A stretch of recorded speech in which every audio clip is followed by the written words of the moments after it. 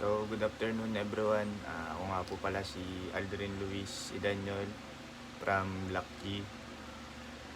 Yung topic po na napunta sa akin is Chapter 14, Informants Operation. So, what is informants? Informants are an individual who openly or secretly obtains or assists in obtaining information for police or military intelligence and counterintelligence purposes in exchange for some recompense, monetary or otherwise. Ibig sabihin daw po dito ng informants is ito po yung mga tao na nagbibigay ng mga information sa mga police o sa mga military or counterintelligence na ang purpose daw po nito is meron silang inaasahan na kapalit na pera or reward. Purposes of informants. So, number 1 is gain access to areas and targets inaccessible to intelligence. Ibig sabihin naman daw po dito sa number 1, bilang isang informants, nakaka-access daw po sila ng mga areas, ng mga lugar o yung mga target na hindi pa na-access ng mga intelligence. So, number 2, provide anonymity to investigation and operation. From the word anonymity, kumbaga parang anonymous, hindi siya kilalang tao.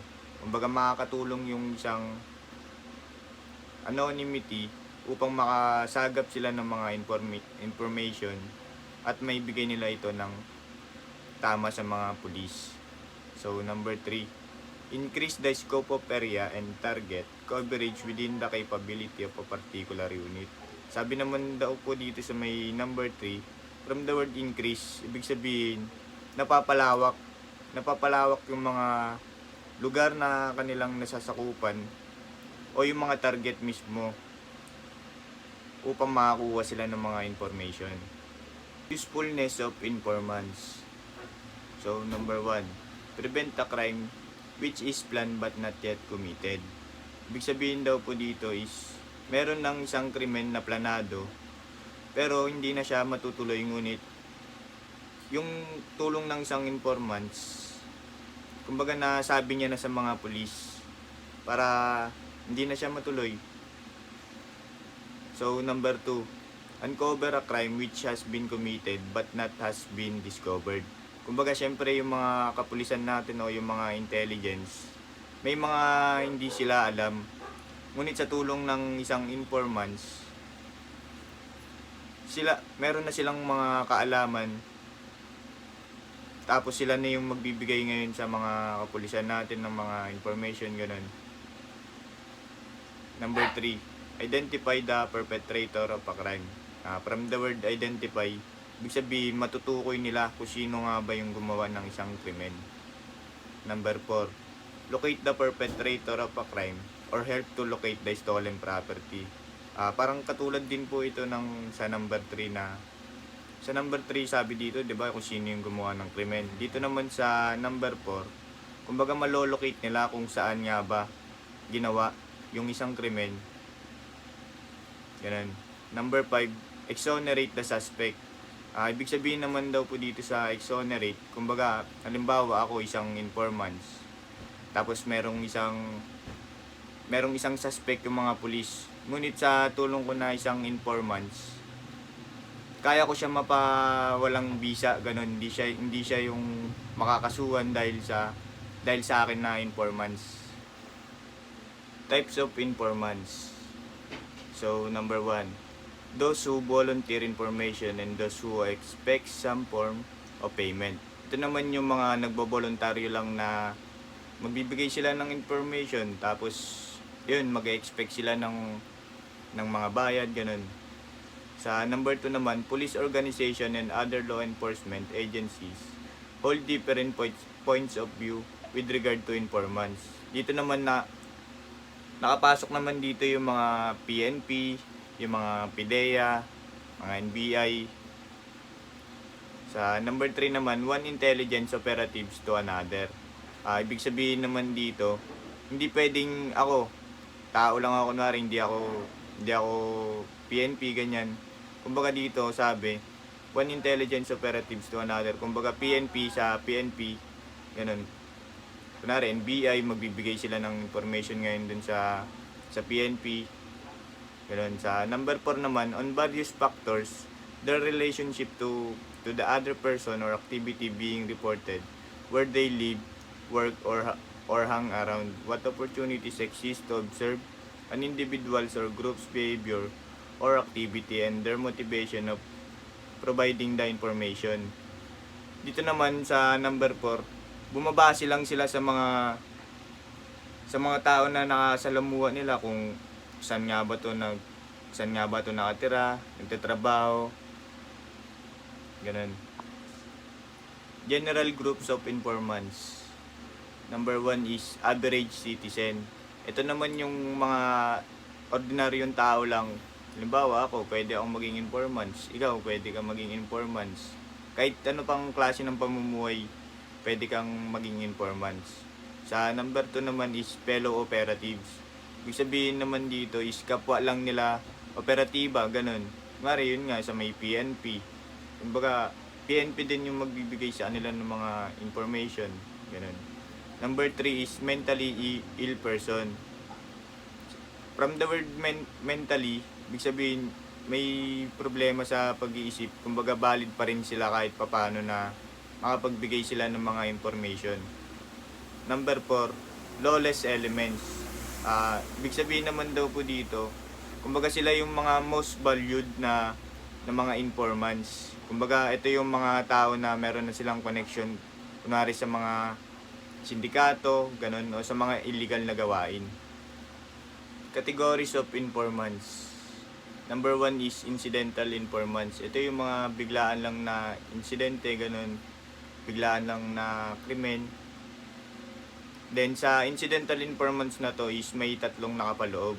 Number 1 is yung mga interviewees. Ito naman yung mga buhay na saksi, ganun. Sila yung mga nakakita mismo ng pangyayari. Tapos yun, pwede silang interviewin ng mga police. Pangalawa is yung mga walk-ins of volunteers. Ito naman yung mga sila na mismo yung lumalapit. Kumbaga, halimbawa ako, nakita ko yung isang pangyayari.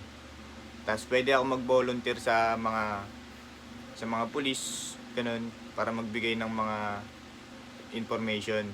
Pangatlo is yung unwitting informants. Ito naman yung mga aware sila na makapagbigay sila ng information, ganun. Kumbaga interested sila sa pangyayari. Interested sila sa gagawin nila na magbigay sila ng information. So, number 2 is recruited informants. Itong recruited informants naman na to, sila yung mga well-trained na, kumbaga pili na sila. Kumbaga alam nila yung mga purpose nila na ako ganito, kailangan kong magbigay ng mga ng mga information, ganun. At sa recruited informants daw na to is may tatlong nakapaloob din.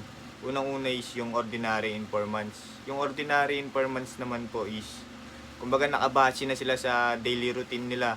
Halimbawa ako, lumalabas ako ng gantong oras, tas biglaan lang akong may nakitang isang krimen. Ganun. Tas pwede kong ibigay yun kaagad sa mga pulisan, yung information na nakuha ko na yun.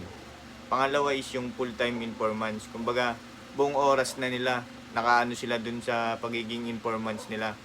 Kumbaga, kailangan sa gantong araw, may bigay ako na information sa mga pulis. Ganun. Pangatlo is yung penetration informants. Dito naman sa may penetration, kumbaga toka-toka, kunwari ako, isang informants ako, sabay nakatoka lang ako sa may drugs, ganun. Dito lang ako kukuha ng mga information, tapos ayun lang yung mga ibibigay ko sa mga pulis. Number 3 is casual informants. Ito naman yung may mga may mga posisyon, kumbaga may mga profession na ganun. Pero nakaka-access pa rin sila ng mga information and pwede nila itong ibigay sa mga kapulisan ng kusang loob or kahit i-request ito ng mga pulis, ganun. Sa number 4 naman, automatic informants. Kumbaga ito naman yung mga obligado ang magbigay ng isang information, ganun. So number 5 naman po is other categories. Then sa other categories po na to is may dalawang nakapaloob. Number 1 is yung double agents. Yung double agents daw po na to is meron silang dalawa, ibig sabihin double, ganun. Doble, dalawa. Dalawa yung binibigyan nila ng mga information, pero meron silang pinapaboran. Dito naman po sa may dual agents, 2 or more, ibig sabihin marami silang binibigyan ng mga information pero wala silang mga pinapaboran. Cultivation of informants. The combination of opportunity and motivation required for a person to serve as an informant need to be left to chance. Ibig sabihin naman daw po dito sa may cultivation is, kumbaga pinapayagan na sila na umalis sa pagiging informants, pero kailangan nandun pa rin sila sa mga nasasakupan ng mga intelligence. Kumbaga binigyan sila ng pagkakataon na umalis, pero binigyan sila ng pagkakataon na umalis sa pagiging informants, nang sa ganun is mag-grow pa sila, mas umusbong, ganun. Opportunities of informants may dalawang klase. Una is yung to acquire useful information. Ibig sabihin daw, mga kapaki-pakinabang na mga information na makukuha, ganun. And yung pangalawa is to reveal without exposure to retaliation. Ibig sabihin daw po ng retaliation is, kumbaga wala siyang counter-attack na magaganap. Yun guys, maraming salamat sa pakikinig. Sana meron kayong natutunan.